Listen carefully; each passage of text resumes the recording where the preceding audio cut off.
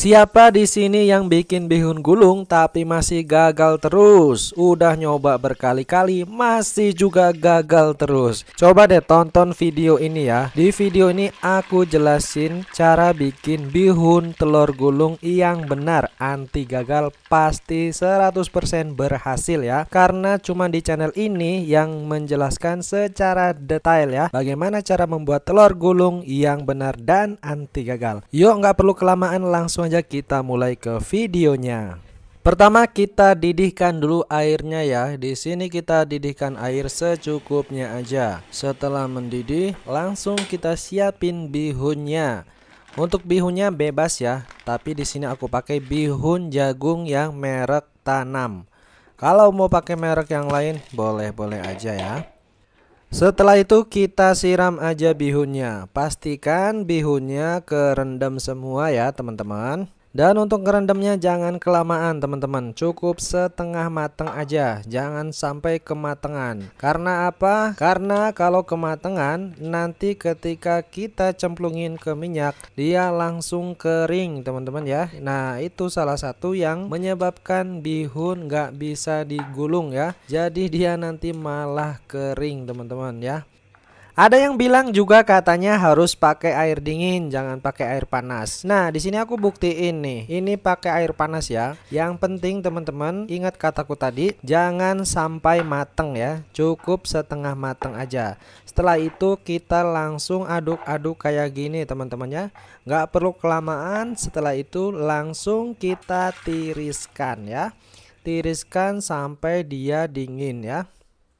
Sambil nunggu bihunnya tiris, sekarang kita bikin adonan telur gulungnya dulu yuk teman-teman ya. Pertama kita siapin dulu telurnya, kemudian kita langsung pecahin aja ya. Tambahin juga penyedap rasa ya teman-teman, boleh pakai Masako atau yang lainnya terserah ya. Ini aku pakai telurnya 1 butir aja teman-teman. Oke, next kita langsung kocok aja teman-teman. Ini dia kuncinya teman-teman, bikin bihun telur gulung supaya tidak gagal. Yang pertama adonannya harus tepat ya. Catat, adonannya harus tepat. Jadi untuk tekstur kekentalannya pun harus benar-benar sempurna teman-teman. Kita kocok sampai berbusa. Dan untuk tekstur kekentalannya agak sedikit cair teman-teman ya. Supaya ini nanti ketika kita gulung nggak menggumpal-gumpal teman-teman. Sengaja nggak aku campurin air ini supaya minyaknya bisa lebih awet teman-teman. Karena kalau dicampur air ini minyaknya nanti jadi cepet berbusa dan juga cepet hitam. Sayang banget ya, baru kepake sebentar nanti minyaknya bakalan kebuang. Nah, di sini langsung aja kita masukin ke dalam botolnya. Kalian bebas mau pakai botol apa aja ya. Di sini aku pakai botol bekas madu. Nah, pastikan juga untuk tutup botolnya sudah dibolongin kayak gini ya, teman-teman. Nah, adonannya sudah jadi. Sekarang kita cek bihunnya tadi, teman-teman ya. Nah, ini sudah pas, teman-teman. Jangan lupa tambahin juga penyedap rasa ya teman-teman, supaya ada rasa gurih-gurihnya. Kita lihat nih bihunnya itu yang bagus itu kayak gini teman-teman. Nih pas aku pegang tuh lihat ya, dia kayak goyang-goyang gitu teman-teman. Nah ini tanda bihun yang bagus dan bisa dibuat bihun telur gulung teman-teman. Selanjutnya sekarang kita tinggal nyalain kompornya ya. Bismillah. Nah, teman-teman, perhatikan ya.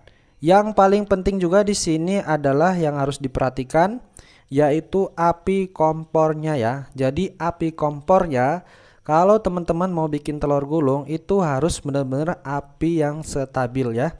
Kalau di awal teman-teman ngidupin, kalian boleh pakai api kompor yang gede ya. Tuh. Kelihatan nggak tuh? Kelihatan ya. Jadi pakai api kompor yang gede. Tapi nanti ketika sudah minyaknya ini sudah panas, kita kecilin lagi jadi api yang kecil ya. Nah nanti kalau misalkan dia kurang panas, naikin lagi, panasin lagi. ketika dapat api yang pas kita kecilin lagi ya. Kayak gitu untuk bikin telur gulung. Langsung aja kita ceburin ya. Kita masukin segenggam aja ya. Setelah itu langsung kita gulung-gulung kayak gini teman-teman ya. Caranya ditarik aja, setelah itu kita pinggirin dan kita gulung-gulung. Kita ulang lagi ya. Pertama kita cemplungin aja bihunnya. Setelah itu tangan kanan sudah siap lidinya ya. Langsung kita aduk-aduk aja teman-teman. Tuh gampang banget kan teman-teman. Kalau kalian udah bener bikin adonannya pasti akan berhasil teman-teman. Jadi syarat bikin bihun telur gulung ini supaya berhasil, pertama ada di adonannya, kedua ada di kestabilan minyaknya teman-teman ya. Jadi kalian harus tahu nih kondisi panas minyaknya ya. Kalau panasnya kurang ini juga nggak bisa teman-teman. Kalau terlalu panas itu juga nggak bisa. Makanya minyaknya harus yang benar-benar stabil teman-teman ya. Nah, kalau video yang ini nih teman-teman, ini adalah contoh bihun telur gulung yang gagal ya. Ini kenapa bisa gagal? Yang pertama, ini untuk minyaknya terlalu sedikit ya teman-teman. Jadi untuk pemula, kalian harus wajib berani pakai minyak banyak ya. Jangan takut-takut ya, harus banyak supaya ngegulungnya lebih gampang. Nah, kedua ini minyaknya terlalu panas. Jadi ketika bihun dicemplungin ini langsung kering teman-teman ya. Nah, teman-teman kira-kira seperti inilah bihun telur gulungnya ketika sudah jadi ya. Ini tadi aku pakai 1 telur. Ini dicampur dengan bihun bisa jadi 10 tusuk teman-teman ya. Kalau dia telur doang, kalau telur murni ini paling cuma jadi 4 ya. Kalau ditambah bihun ini bisa jadi 10 tusuk. Wow, cuan banyak ya teman-teman. Untuk bihunnya sendiri ini masih sisa ya teman-teman. Kalau misalkan kalian habisin semua ini bisa jadi 20 tusuk ya. Jadi 1 keping bihun ditambah dengan 2 butir telur itu nanti bisa dapat kurang lebih 20 tusuk teman-teman ya.